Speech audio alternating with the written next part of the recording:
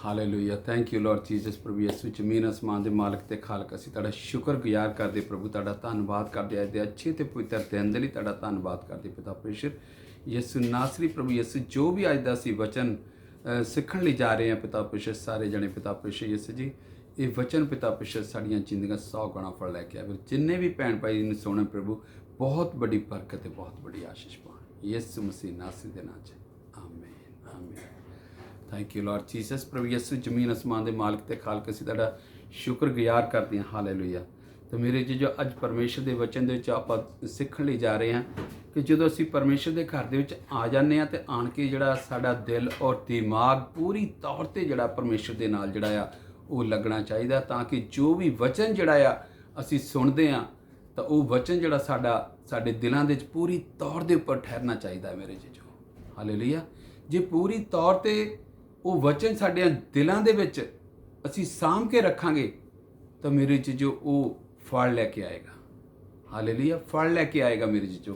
अज असी परमेश्वर के वचन के विचों देखना कि यीशु मसीह नासरी जिहड़े आ जो परमेश्वर का वचन जिहड़े जगह जगह जाके सुणाउंदे सीगे, पिंडां पिंडां दे विच जाके सुणाउंदे सी, नगरां नगरां दे विच जाके सुणाउंदे सी मेरे चीजों, तां लोग जिहड़े आ परमेश्वर का वचन सुन के बहुत बड़ी बरकत ते बहुत बड़ी आशीष पाउंदे सी। हालेलुया। तो बीमार लोग चंगे हुंदे सीगे। हालेलुया। भूतां दे जिहड़े जकड़े हुए लोग सी वो चंगे हुंदे सी मेरे जीजो। हालेलुया। तो मेरे जीजो साडा परमेश्वर प्रभु यीशु मसीह नासरी जो परमेश्वर का वचन सुणाउंदे सीगे तो बहुत ही दृष्टांतां दे विच एग्जाम्पल दे के परमेश्वर का वचन जिहड़ा सुणाउंदे हुंदे सी। हालेलुया। तो मेरे जीजो लिखिया परमेश्वर के वचन विच ਇਹਦੇ ਥੋੜੇ ਚਿਰ ਪਿੱਛੋਂ ਆਪਾਂ ਪਰਮੇਸ਼ਰ ਦਾ ਵਚਨ ਲੂਕਾ ਦੀ ਅੰਜੀਲ ਉਹਦਾ 8 ਬਾਬ ਦੀ ਪਹਿਲੀ ਆਇਤ ਤੋਂ ਆਪਾਂ ਥੋੜਾ ਦੇਖਦੇ ਪਰਮੇਸ਼ਰ ਦੇ ਵਚਨ ਦੇ ਵਿੱਚੋਂ। ਤਾਂ ਲਿਖਿਆ ਇਹਦੇ ਥੋੜੇ ਚਿਰ ਪਿੱਛੋਂ ਇਉਂ ਹੋਇਆ ਕਿ ਉਹ ਨਗਰੋਂ ਨਗਰ ਅਤੇ ਪਿੰਡੋਂ ਪਿੰਡ ਫਿਰਦਾ ਹੋਇਆ ਪ੍ਰਚਾਰ ਕਰਦਾ ਅਤੇ ਪਰਮੇਸ਼ਰ ਦੇ ਰਾਜ ਦੀ ਖੁਸ਼ਖਬਰੀ ਸੁਣਾਉਂਦਾ ਸੀ। ਪਿੰਡੋਂ ਪਿੰਡ ਵਿੱਚ ਨਗਰੋਂ ਨਗਰ ਜਾ ਕੇ ਪਰਮੇਸ਼ਰ ਦੇ ਰਾਜ ਦੀ ਖੁਸ਼ਖਬਰੀ ਸੁਣਾਉਂਦਾ ਸੀ ਅਤੇ ਉਹ 12 ਉਹਦੇ ਨਾਲ ਸਨ। 12 ਚੇਲੇ ਜਿਹੜੇ ਸੀ ਉਹ ਵੀ ਨਾਲ सन मेरे जीजो। तो मेरे जीजो जो परमेश्वर का वचन प्रभु यीशु मसीह सुणाउंदे सीगे तो वो दृष्टांतां दे विच लोगां नूं परमेश्वर का वचन सुणाउंदे सीगे। हालेलुया। तो जो परमेश्वर का वचन सुणाउंदे सीगे तो वो जिहड़ा सीगा इस तरह वचन सुणाउंदे सीगे लोगां नूं समझ लगे। हालेलुया।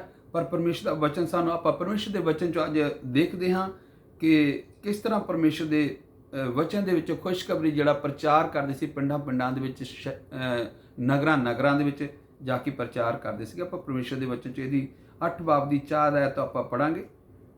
ਜਾਂ ਵੱਡੀ ਭੀੜ ਇਕੱਠੀ ਹੁੰਦੀ ਸੀ ਤਾਂ ਨਗਰ ਨਗਰ ਦੇ ਲੋਕ ਉਹਦੇ ਕੋਲ ਆਉਂਦੇ ਸਨ ਤਾਂ ਉਹਨੇ ਦ੍ਰਿਸ਼ਟਾਂਤ ਨਾਲ ਆਖਿਆ। ਹਾਲੇ ਬਹੁਤ ਲੋਕੀ ਜਿਹੜੇ ਨਗਰੋਂ ਨਗਰੋਂ ਪਿੰਡਾਂ ਪਿੰਡਾਂ ਦੇ ਵਿੱਚ ਉਹਦਾ ਪ੍ਰਚਾਰ ਸੁਣਨ ਹੁੰਦੇ ਸੀ ਤੇ ਦ੍ਰਿਸ਼ਟਾਂਤਾਂ ਦੇ ਵਿੱਚ ਜਿਹੜਾ ਪਰਮੇਸ਼ਰ ਦਾ ਵਚਨ ਜਿਹੜਾ ਉਹ ਸੁਣਾਉਂਦੇ ਹੁੰਦੇ ਸੀਗੇ।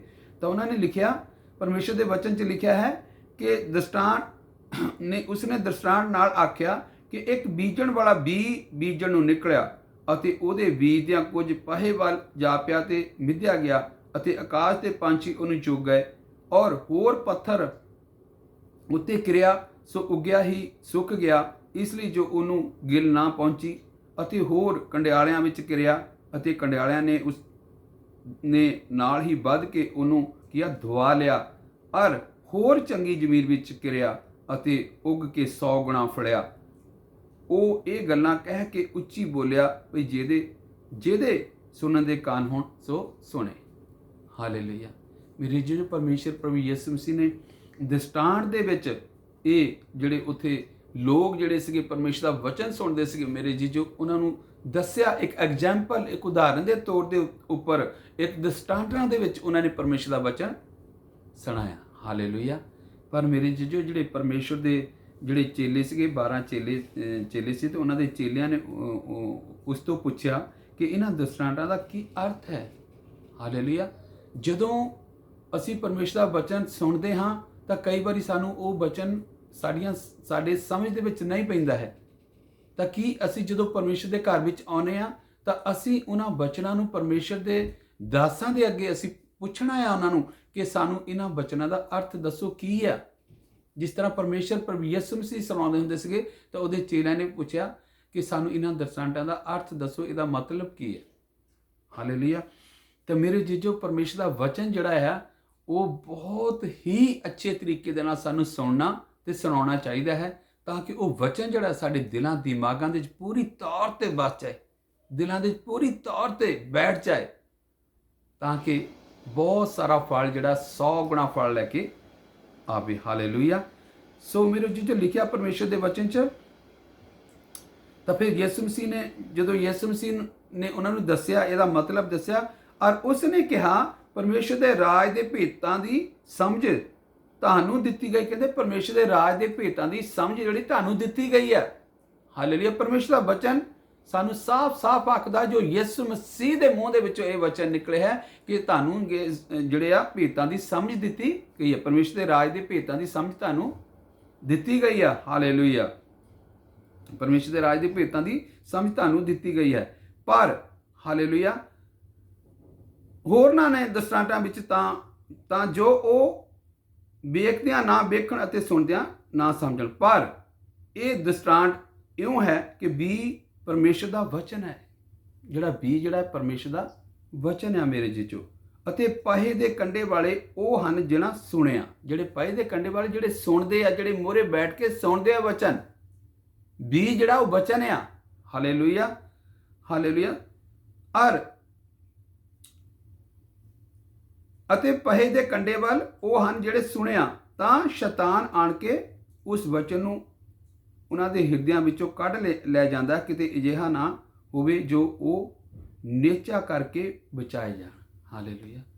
ਮੇਰੀ ਜੋ ਉਸ ਵਚਨ ਨੂੰ ਸ਼ੈਤਾਨ ਆਣ ਕੇ ਚੁਰਾ ਕੇ ਲੈ ਜਾਂਦਾ ਹੈ, ਕਿ ਉਹ ਵਚਨ ਕਿਤੇ ਇਹਨਾਂ ਦੇ ਦਿਲਾਂ 'ਚ ਠਹਿਰ ਨਾ ਜਾਏ, ਤਾਂ ਕਿ ਇਹ ਨੇਚਾ ਕਰਕੇ ਬਚਾਏ ਜਾਣ। ਹਾਲੇਲੂਇਆ।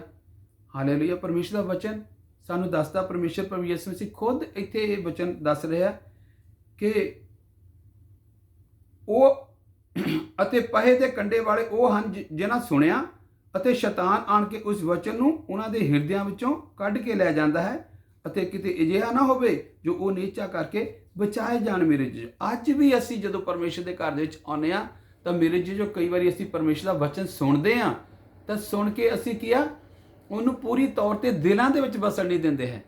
ਹਾਲੇਲੂਇਆ। ਪੂਰੀ ਤੌਰ ਤੇ ਦਿਲ ਦੇ ਵਿੱਚ ਵਸਣ ਨਹੀਂ ਦਿੰਦੇ ਹੈ। ਕਿਉਂ? ਕਿਉਂਕਿ ਸ਼ੈਤਾਨ ਜਿਹੜਾ ਉਹ ਵਚਨ ਨੂੰ ਚੁਰਾ ਕੇ ਲੈ ਜਾਂਦਾ ਹੈ।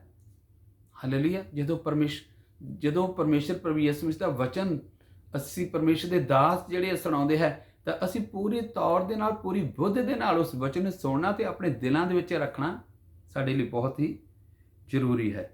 ਅਤੇ ਜੋ ਪੱਥਰ ਉੱਤੇ ਗਿਰਿਆ ਉਹ ਹਨ ਜਿਸ ਵੇਲੇ ਉਹ ਸੁਣਦੇ ਹਨ ਤਾਂ ਵਚਨ ਨੂੰ ਖੁਸ਼ੀ ਨਾਲ ਮੰਨ ਲੈਂਦੇ ਹਨ, ਪਰ ਇਹ ਜੜ ਨਹੀਂ ਰੱਖਦੇ ਅਤੇ ਥੋੜਾ ਚਿਰ ਪ੍ਰਤੀਤ ਕਰਦੇ ਅਤੇ ਪਰਤਾਵੇ ਵਿੱਚ ਵੇਲੇ ਹਟ ਜਾਂਦੇ ਹਨ। ਜਿਹੜਾ ਪੱਥਰ ਦੇ ਉੱਪਰ ਜਿਹੜਾ ਬੀ ਜਿਹੜਾ ਆ ਉਹ ਗਿਰਿਆ, ਤਾਂ ਮੇਰੇ ਜੀ ਜੋ ਉਹ ਜੜ ਨਹੀਂ ਰੱਖਦਾ। ਹਾਲੇਲੂਇਆ। ਥੋੜੀ ਦੇਰ ਬਾਅਦ ਜਦੋਂ ਪਰਤਾਵੇ ਆਉਂਦੇ ਆ, ਤਾਂ ਉਹ ਕੀ ਆ, ਅਸੀਂ ਉਤੋਂ ਹਟ ਜਾਂਦੇ ਆ। ਮੇਰੇ ਜੀ ਜੋ ਸਾਡੇ ਵਿੱਚ ਪਰਤਾਵਾ ਆਉਂਦਾ ਆ, ਕੋਈ ਇਸ ਤਰ੍ਹਾਂ ਦੀ ਸਾਡੇ ਵਿੱਚ ਇਦਾਂ ਦੀਆਂ ਗੱਲਾਂ ਬਾਤਾਂ ਹੋ ਜਾਂਦੀਆਂ, ਤਾਂ ਫਿਰ ਅਸੀਂ ਪਰਮੇਸ਼ਰ ਦੇ ਵਚਨ ਨੂੰ ਪਹਿਲ ਨਹੀਂ ਦਿੰਦੇ, ਬਲਕਿ ਅਸੀਂ ਪਰਤਾਵੇ 'ਚ ਆਣ ਕੇ ਅਸੀਂ ਕੀ ਕਰਦੇ ਹਾਂ, ਅਸੀਂ ਹਟ ਜਾਂਦੇ ਹਾਂ। ਜੋ ਕੰਡਿਆਲਿਆਂ ਵਿੱਚ ਘਿਰਿਆ, ਜੋ ਉਹ ਹਨ ਜਿਨ੍ਹਾਂ ਸੁਣਿਆ ਅਤੇ ਜਾ ਕੇ ਜਿਉਣ ਦੀਆਂ ਚਿੰਤਾ ਔਰ ਮਾਇਆ ਅਤੇ ਭੋਗ ਵਿਲਾਸਾਂ ਨਾਲ ਦਬਾਏ ਜਾਂਦੇ ਹਨ। ਜਿਹੜੇ ਕੰਡਿਆਲਿਆਂ ਦੇ ਵਿੱਚ ਘਿਰਿਆ, ਸੋ ਉਹ ਹਨ ਜਿਨ੍ਹਾਂ ਸੁਣਿਆ ਤੇ ਜਾ ਕੇ ਜਿਉਣ ਦੀਆਂ ਚਿੰਤਾ, ਜਿਹੜੀਆਂ ਜਿਉਣ ਦੀਆਂ ਚਿੰਤਾ ਆ ਮੇਰੇ ਜੋ ਮਾਇਆ ਦਾ ਲੋਭ ਆ, ਹਾਲੇਲੂਇਆ, ਅਤੇ ਭੋਗ ਵਿਲਾਸਾਂ ਦੇ ਵਿੱਚ ਦਬਾਏ ਜਾਂਦੇ ਹਨ। ਉਹ ਵਚਨ ਜਿਹੜਾ ਉਹਨਾਂ ਨੇ ਸੁਣਿਆ, ਉਹ ਜਦੋਂ ਚਿੰਤਾ ਹੋ ਜਾਂਦੀ ਹੈ, ਮਤਲਬ ਜਦੋਂ ਮਾਇਆ ਦਾ ਲੋਭ ਆ ਜਾਂਦਾ ਹੈ, ਜਾਂ ਭੋਗ ਵਿਲਾਸਾਂ ਦੇ ਵਿੱਚ ਕੀ ਆ, ਉਹ ਦੱਬ ਜਾਂਦਾ ਹੈ ਮੇਰੇ ਚੀਜ਼ੋਂ। ਹਾਲੇਲੂਇਆ। ਉਹ ਫਲ ਨਹੀਂ ਲੈ ਕੇ ਆਉਂਦਾ, ਸਗੋਂ ਇਹ ਦੱਬ ਜਾਂਦਾ ਹੈ। ਹਾਲੇਲੂਇਆ। ਅਤੇ ਪੱਕੇ ਫਲ ਨਹੀਂ ਦਿੰਦੇ ਹਨ। ਉਹ ਫਲ ਜਿਹੜੇ ਕੱਚੇ ਹੀ ਰਹਿ ਜਾਂਦੇ ਮੇਰੇ ਜੋ। ਕੱਚਿਆਂ ਫਲਾਂ ਦਾ ਕੋਈ ਫਾਇਦਾ ਨਹੀਂ ਆ ਮੇਰੇ ਜੀਜੋ, ਉਹ ਕੱਚੇ ਹੀ ਫਲ ਰਹਿ ਜਾਂਦੇ ਹੈ। ਤਾਂ ਪੱਕੇ ਫਲ ਉਹ ਹੁੰਦੇ ਹਨ ਜਿਹੜੇ ਪੂਰੀ ਤੌਰ ਤੇ ਪਰਮੇਸ਼ਰ ਦਾ ਵਚਨ ਸੁਣਦੇ ਹੈ ਤੇ ਆਪਣੇ ਦਿਲਾਂ ਦੇ ਵਿੱਚ ਰੱਖਦੇ ਹੈ, ਉਹ ਪੱਕੇ ਫਲ ਆ ਮੇਰੇ ਜੀਜੋ। ਹਾਲੇਲੂਇਆ। ਪਰ ਜੋ ਚੰਗੀ ਜ਼ਮੀਨ ਵਿੱਚ ਘਿਰਿਆ, ਸੋ ਉਹ ਹਨ ਜਿਹੜੇ ਸੁਣ ਕੇ ਵਚਨ ਨੂੰ ਚੰਗੇ ਅਤੇ ਖਰੇ ਦਿਲ ਵਿੱਚ ਸਾਂਭੀ ਰੱਖਦੇ ਹਨ। ਹਾਲੇਲੂਇਆ। ਉਹ ਜਿਹੜੇ ਸੁਣ ਕੇ ਚੰਗੇ ਵਚਨ ਨੂੰ ਚੰਗੇ ਅਤੇ ਖਰੇ ਦਿਲ ਵਿੱਚ ਸਾਂਭੀ ਰੱਖਦੇ ਹਨ ਅਤੇ ਧੀਰਜ ਨਾਲ ਫਲ ਦਿੰਦੇ ਹਨ। ਉਹ ਮੇਰੇ ਜੀਜੋ ਲੋਕ ਜਿਹੜੇ ਵਚਨ ਨੂੰ ਸੁਣਦੇ ਆ ਤੇ ਖਰੇ ਦਿਲ ਦੇ ਵਿੱਚ ਜਿਹੜਾ ਤੁਹਾਡਾ ਦਿਲ ਪਾਕ ਤੇ ਸਾਫ਼ ਆ ਉਹਦੇ ਵਿੱਚ ਉਹਨੂੰ ਸਾਂਭ ਕੇ ਰੱਖਦੇ ਆ ਮੇਰੇ ਜੀਜੋ, ਤਾਂ ਫਿਰ ਧੀਰਜ ਦੇ ਨਾਲ, ਹਾਲੇਲੂਇਆ, ਫਿਰ ਧੀਰਜ ਦੇ ਨਾਲ ਫਲ ਦਿੰਦੇ ਹਨ। ਫਿਰ ਸਲੋਲੀ ਬਾਈ ਸਲੋਲੀ ਧੀਰਜ ਦੇ ਨਾਲ ਉਹ ਫਲ ਲੈ ਕੇ, ਹਾਲੇਲੂਇਆ, ਫਲ ਦਿੰਦੇ ਹਨ ਮੇਰੇ ਧੀਰਜ ਦੇ ਨਾਲ। ਇਹ ਆ ਅਸਲੀ ਵਚਨ ਜਿਹੜਾ ਸਾਡੀ ਅੱਛੀ ਜ਼ਿੰਦਗੀ ਦੇ ਵਿੱਚ, ਅੱਛੇ ਦਿਲ ਦੇ ਵਿੱਚ ਜਿਹੜਾ ਉਹ ਵਚਨ ਜਾਂਦਾ ਹੈ, ਤਾਂ ਮੇਰੇ ਜੀਜੋ ਅਸੀਂ ਉਹਨੂੰ ਕੀ ਆ, ਧੀਰਜ ਦੇ ਨਾਲ ਫਿਰ ਉਹ ਫਲ ਲੈ ਕੇ ਆਉਂਦਾ ਹੈ।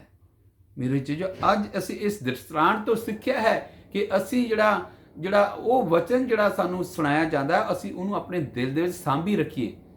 ਕੋਈ ਚਿੰਤਾ ਨਹੀਂ, ਕੋਈ ਸਾਨੂੰ ਫਿਕਰ ਨਹੀਂ ਕਰਨਾ ਚਾਹੀਦਾ। ਪਰਮੇਸ਼ਰ ਕਹਿੰਦਾ ਕੱਲ ਦੇ ਲਈ ਫਿਕਰ ਨਾ ਕਰੋ, ਕੱਲ ਤੁਹਾਡੇ ਲਈ ਆਪ ਫਿਕਰ ਕਰੇਗਾ। ਹਾਲੇਲੂਇਆ।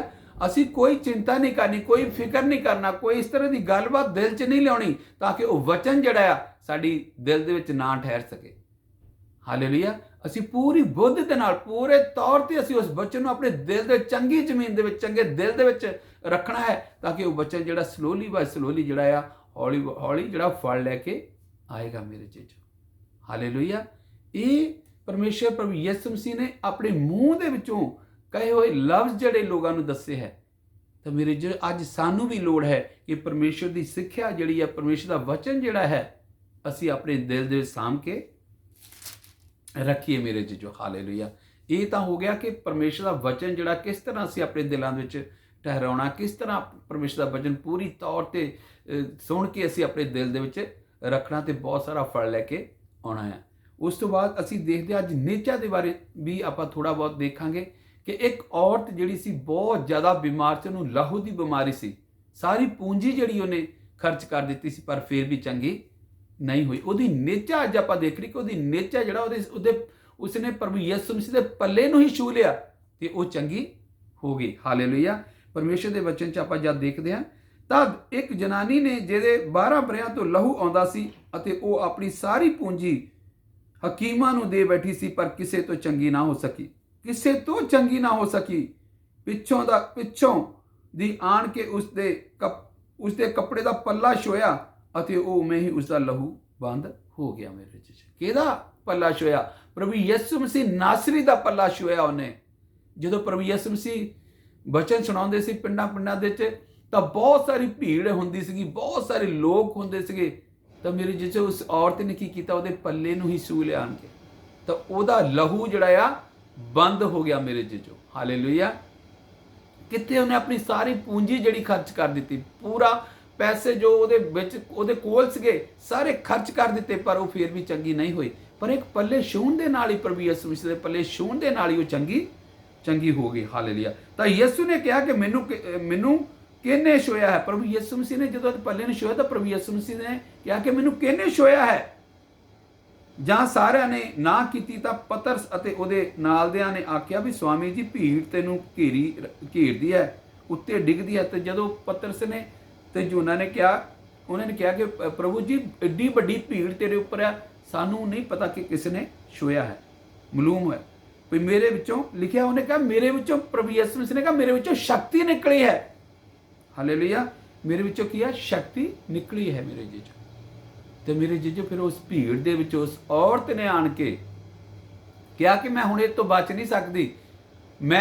ਉਸਨੇ ਆਣ ਕੇ ਕੀ ਕੀਤਾ? ਪ੍ਰਭੂ ਯਿਸੂ ਮਸੀਹ ਨੂੰ ਕਿਹਾ ਮੈਂ ਤੇਰੇ ਪੱਲੇ ਨੂੰ ਛੂਹਿਆ ਹੈ। ਹਾਲੇਲੂਇਆ। ਤਾਂ ਮੇਰੇ ਜੀਜੋ ਪ੍ਰਭੂ ਯਿਸੂ ਮਸੀਹ ਨੇ ਕਿਹਾ ਜਾ ਬੱਚੀ, ਤੇਰੀ ਨੇਚਾ ਨੇ ਤੈਨੂੰ ਚੰਗਾ ਕੀਤਾ ਹੈ, ਤੇਰੀ ਨੇਚਾ ਨੇ ਤੈਨੂੰ ਚੰਗਾ ਕੀਤਾ। ਇਦਾਂ ਦੀ ਨੇਚਾ ਮੇਰੇ ਜੀਜੋ ਸਾਡੀਆਂ ਜ਼ਿੰਦਗੀਆਂ ਦੇ ਵਿੱਚ ਹੋਣੀ ਚਾਹੀਦੀ ਆ।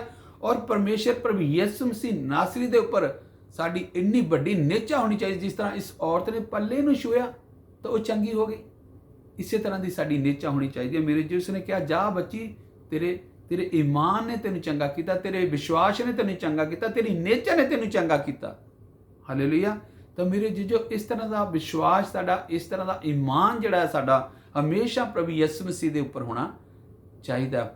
ਉਹੀ ਸ਼ਕਤੀ, ਉਹੀ ਪਾਵਰ, ਉਹੀ ਸਭ, ਉਹੀ ਪਰਮੇਸ਼ਰ ਦਾ ਪਿਆਰ, ਉਹਦੀ ਮੁਹੱਬਤ ਹੁਣ ਵੀ ਸਾਡੇ ਨਾਲ ਹੈ। ਹਾਲੇਲੂਇਆ। ਇੱਕ ਵਾਰ ਤੁਸੀਂ ਨੇਚਾ ਕਰਕੇ ਦੇਖੋ ਇਸ ਔਰਤ ਦੀ ਤਰ੍ਹਾਂ, ਕੋਈ ਵੀ ਕੰਮ ਹੋਵੇ ਮੇਰੇ ਜੀਜੋ, ਤਾਂ ਪਰਮੇਸ਼ਰ ਪ੍ਰਭੂ ਯਿਸੂ ਮਸੀਹ ਹਮੇਸ਼ਾ ਤੁਹਾਡੀ ਸੁਣਨਗੇ। ਹਾਲੇਲੂਇਆ। ਹਾਲੇਲੂਇਆ। ਇਸ ਤਰ੍ਹਾਂ ਆਪਾਂ ਪਰਮੇਸ਼ਰ ਦੇ ਵਚਨ ਦੇ ਵਿੱਚੋਂ ਦੇਖਾਂਗੇ, ਇੱਕ ਹੋਰ ਵਚਨ ਦੇਖਾਂਗੇ ਪਰਮੇਸ਼ਰ ਦੇ ਵਚਨ ਵਿੱਚੋਂ, ਉਹਦੀ 8 ਬਾਬ ਦੀ 49 ਦੇਖਾਂਗੇ। ਉਹ ਅਜੇ ਬੋਲਦਾ ਸੀ ਕਿ ਇੱਕ ਸਮਾਜ ਦੇ ਸਰਦਾਰ ਦੇ ਘਰੋਂ ਕਿਸੇ ਆਣ ਕੇ ਕਿਹਾ ਵੀ ਤੇਰੀ ਧੀ ਮਰ ਗਈ ਹੈ, ਗੁਰੂ ਨੂੰ ਖੇਚਲ ਨਾ ਕਰ। ਮੇਰੇ ਜੀਜੋ ਇੱਕ ਹੋਰ ਵਚਨ ਪਰਮੇਸ਼ਰ ਪ੍ਰਭੂ ਯਿਸੂ ਮਸੀਹ ਦੇ ਵਚਨ 'ਚ ਲਿਖਿਆ ਕਿ ਉਹ ਹਲੇ ਬੋਲਦਾ ਸੀ, ਉਹ ਹਲੇ ਗੱਲਬਾਤ ਹੀ ਕਰਦਾ ਸੀਗਾ। ਤਾਂ ਸਮਾਜ ਦੇ ਸਰਦਾਰਾਂ ਦੇ ਘਰੋਂ, ਜਿਹੜਾ ਸਮਾਜ ਦੇ ਸਰਦਾਰ ਦੇ ਘਰੋਂ ਆਣ ਕੇ ਕਿਸੇ ਨੇ ਕਿਹਾ ਕਿ ਤੇਰੀ ਧੀ ਹੁਣ ਮਰ ਗਈ ਹੈ, ਗੁਰੂ ਨੂੰ ਖੇਚਲ ਨਾ ਕਰ। ਹਾਲੇਲੂਇਆ। ਮੇਰੇ ਜੀਜੋ ਇੱਕ ਸਰਦਾਰ ਸੀ, ਜਿਹੜਾ ਸਮਾਜ ਦਾ ਸਰਦਾਰ ਸੀ, ਜਿਹੜੀ ਉਹਦੀ ਧੀ ਜਿਹੜੀ ਬਿਮਾਰ ਸੀਗੀ, ਤਾਂ ਉਹ ਪ੍ਰਭੂ ਯਿਸੂ ਦੇ ਕੋਲ ਆਇਆ ਸੀਗਾ ਕਿ ਆਣ ਕੇ ਮੇਰੀ ਧੀ ਨੂੰ ਚੰਗੀ ਕਰ ਦੇਵੇ। ਪਰ ਥੋੜੇ ਟਾਈਮ ਦੇ ਪਾਸੇ ਹਲੇ ਉਹ ਗੱਲਾਂ ਕਰ ਹੀ ਰਿਹਾ ਸੀ ਤਾਂ ਥੋੜੇ ਲੋਕੀ ਸਰਦਾਰ ਦੇ ਘਰੋਂ ਆਏ ਕਿ ਹੁਣ ਤੂੰ ਯਿਸੂ ਨੂੰ ਖੇਚਲ ਨਾ ਦੇ, ਗੁਰੂ ਨੂੰ ਖੇਚਲ ਨਾ ਦੇ, ਕਿਉਂਕਿ ਤੇਰੀ ਧੀ ਮਰ ਗਈ ਹੈ। ਹਾਲੇਲੂਇਆ। ਪਰ ਯਿਸੂ ਇਹ ਗੱਲਾਂ ਸੁਣ ਰਿਹਾ ਸੀ। ਪਰਮੇਸ਼ਰ ਯਿਸੂ ਨੇ ਜਦੋਂ ਉਹਨਾਂ ਦੀਆਂ ਗੱਲਾਂ ਸੁਣੀਆਂ ਤਾਂ ਯਿਸੂ ਨੇ ਸੁਣ ਕੇ ਅੱਗੋਂ ਉਹਨਾਂ ਨੂੰ ਆਖਿਆ, ਨਾ ਡਰੋ, ਕੇਵਲ ਨੇਚਾ ਕਰ ਤਾਂ ਉਹ ਬਚ ਜਾਵੇਗੀ। ਪ੍ਰਭੂ ਯਿਸੂ ਮਸੀਹ ਨੇ ਇਹ ਗੱਲਬਾਤ ਸੁਣ ਕੇ ਉਹਨਾਂ ਨੇ ਕਿਹਾ, ਸਿਰਫ ਨੇਚਾ ਕਰੋ, ਉਹ ਬਚ ਜਾਵੇਗੀ, ਉਹ ਮਰੀ ਨਹੀਂ, ਉਹ ਬਚ ਜਾਏਗੀ। ਹਾਲੇਲੂਇਆ। ਇਦਾਂ ਦਾ ਪਰਮੇਸ਼ਰ ਪ੍ਰਭੂ ਯਿਸੂ ਮਸੀਹ ਨਾਸਰੀ ਜਿਹੜੇ ਹੈ, ਸਿਰਫ ਕਹਿਣ ਦੇ ਨਾਲ ਹੀ ਉਹ ਕਹਿੰਦੇ ਨੇਚਾ ਕਰੋ। ਹਾਲੇਲੂਇਆ। ਤਾਂ ਉਹ ਬਚ ਜਾਵੇਗੀ। ਹਾਲੇਲੂਇਆ। ਤਾਂ ਉਸਨੇ ਘਰ ਪਹੁੰਚ ਕੇ ਪਤਰਸ ਅਤੇ ਯਹੂਨਾ ਅਤੇ ਯਾਕੂਬ ਅਤੇ ਉਸ ਕੁੜੀ ਦੇ ਮਾਪਿਆਂ ਤੋਂ ਬਿਨਾਂ ਹੋਰ ਕਿਸੇ ਨੂੰ ਆਪਣੇ ਨਾਲ ਅੰਦਰ ਵੜਨ ਨਾ ਦਿੱਤਾ, ਅਤੇ ਸਭ ਲੋਕ ਉਸ ਕੁੜੀ ਨੂੰ ਰੋਂਦੇ ਪਿੱਟਦੇ ਸਨ। ਪਰ ਉਸਨੇ ਆਖਿਆ, ਨਾ ਰਵੋ, ਕਿਉਂ ਜੋ ਉਹ ਮਰੀ ਨਹੀਂ ਪਰ ਸੁੱਤੀ ਪਈ ਹੈ। ਜਦੋਂ ਮੇਰੇ ਜੀਜੋ ਬਹੁਤ ਸਾਰੇ ਲੋਕੀ ਜਿਹੜੇ ਸੀਗੇ ਉੱਥੇ ਰੋਂਦੇ ਕੁਰਲਾਉਂਦੇ ਸੀ ਤਾਂ ਉਹਨਾਂ ਨੇ ਪ੍ਰਭੂ ਯਿਸੂ ਮਸੀਹ ਨੇ ਕਿਹਾ, ਨਾ ਰਵੋ, ਉਹ ਮਰੀ ਨਹੀਂ ਬਲਕਿ ਉਹ ਸੁੱਤੀ ਪਈ ਹੈ। ਹਾਲੇਲੂਇਆ। ਤਾਂ ਉਹ ਉਸ ਉੱਤੇ ਹੱਸਣ ਲੱਗੇ। ਤਾਂ ਉਹ ਜਿਹੜੇ ਲੋਕ ਜਿਹੜੇ ਸੀ ਹੱਸਣ ਲੱਗੇ ਵੀ ਉਹ ਕੁੜੀ ਤਾਂ ਮਰੀ ਪਈ ਹੈ। ਤਾਂ ਪ੍ਰਭੂ ਯਿਸੂ ਜੀ ਕਹਿ ਰਿਹਾ ਕਿ ਨਹੀਂ, ਇਹ ਮਰੀ ਨਹੀਂ, ਸੁੱਤੀ ਹੈ। ਉਹ ਹੱਸਣ ਲੱਗੇ, ਮਜ਼ਾਕ ਕਰਨ ਲੱਗੇ। ਹਾਲੇਲੂਇਆ। ਕਿਉਂ ਜੋ ਜਾਣਦੇ ਸਨ ਵੀ ਉਹ ਮਰੀ ਪਈ ਹੈ। ਪਰ ਉਸਨੇ ਉਹਨਾਂ ਦਾ ਹੱਥ ਫੜ ਕੇ ਉੱਚੀ ਆਵਾਜ਼ ਨਾਲ ਉਸਨੇ ਉਹਦਾ ਹੱਥ ਫੜ ਕੇ ਉੱਚੀ ਆਵਾਜ਼ ਨਾਲ ਕਿਹਾ, ਕੁੜੀਏ ਉੱਠ। ਤਾਂ ਪ੍ਰਭੂ ਯਿਸੂ ਮਸੀਹ ਨੇ ਫਿਰ ਕੀ ਕੀਤਾ? ਪ੍ਰਭੂ ਯਿਸੂ ਮਸੀਹ ਨੇ ਉਸ ਕੁੜੀ ਦਾ ਹੱਥ ਫੜਿਆ ਤੇ ਉਸਨੇ ਕਿਹਾ, ਹੇ ਕੁੜੀਏ ਉੱਠ। ਹਾਲੇਲੂਇਆ। ਉੱਠ। ਹਾਲੇਲੂਇਆ। ਅਤੇ ਉਹਦਾ ਆਤਮਾ ਮੁੜ ਆਇਆ ਅਤੇ ਉਹ ਝਟ ਉੱਠ ਖੜੀ ਹੋ। ਦੇਖੋ ਪਰਮੇਸ਼ਰ ਪ੍ਰਭੂ ਯਿਸੂ ਮਸੀਹ ਦਾ ਕਿੱਡਾ ਵੱਡਾ ਪਿਆਰ ਹੈ ਮੇਰੇ ਜੀਜੋ। ਪਰਮੇਸ਼ਰ ਦੇ ਹੱਥ ਹੀ ਫੜਿਆ ਤੇ ਉਸਨੇ ਕਿਹਾ, ਕੁੜੀਏ ਉੱਠ। ਤਾਂ ਉਹ ਆਤਮਾ ਜਿਹੜਾ ਸੀਗਾ ਉਹਦੇ ਵਿੱਚੋਂ ਨਿਕਲ ਗਿਆ ਸੀ। ਉਹ ਮਰ ਗਏ ਸੀ ਤੇ ਉਹ ਆਤਮਾ ਵਾਪਸ ਮੁੜ ਕੇ ਉਹਦੇ ਵਿੱਚ ਆ ਗਿਆ ਮੇਰੇ ਜੀਜੋ। ਹਾਲੇਲੂਇਆ। ਤੇ ਉਹ ਝਟ ਉੱਠ ਖੜੀ ਹੋਈ। ਹਾਲੇਲੂਇਆ।